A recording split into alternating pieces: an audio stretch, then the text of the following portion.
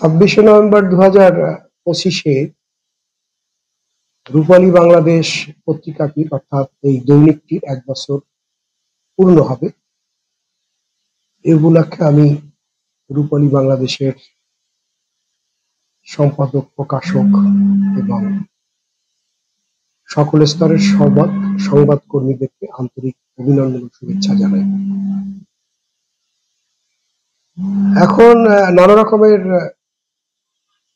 সমাজ মাধ্যম আমাদেরকে যেভাবে ঘিরে ধরেছে এবং এই সময়ের সকল বয়সের মানুষ যেভাবে সমাজ মাধ্যমে বিচরণ করছে, এই সময়ের মধ্যে মুদ্রিত পত্রিকা প্রকাশ করা কি যে দুরূহ সেটা যারা প্রকাশ করে, যারা এর সঙ্গে কাজ করে তারাই ভালো জানেন। ঢাকা থেকে প্রকাশিত রূপালী বাংলাদেশ তার 1 বছর পূর্ণ করতে যাচ্ছে। এটা পত্রিকার জন্য খুব আনন্দের ব্যাপার এবং আমি ব্যক্তিগতভাবে আনন্দ প্রকাশ করছি।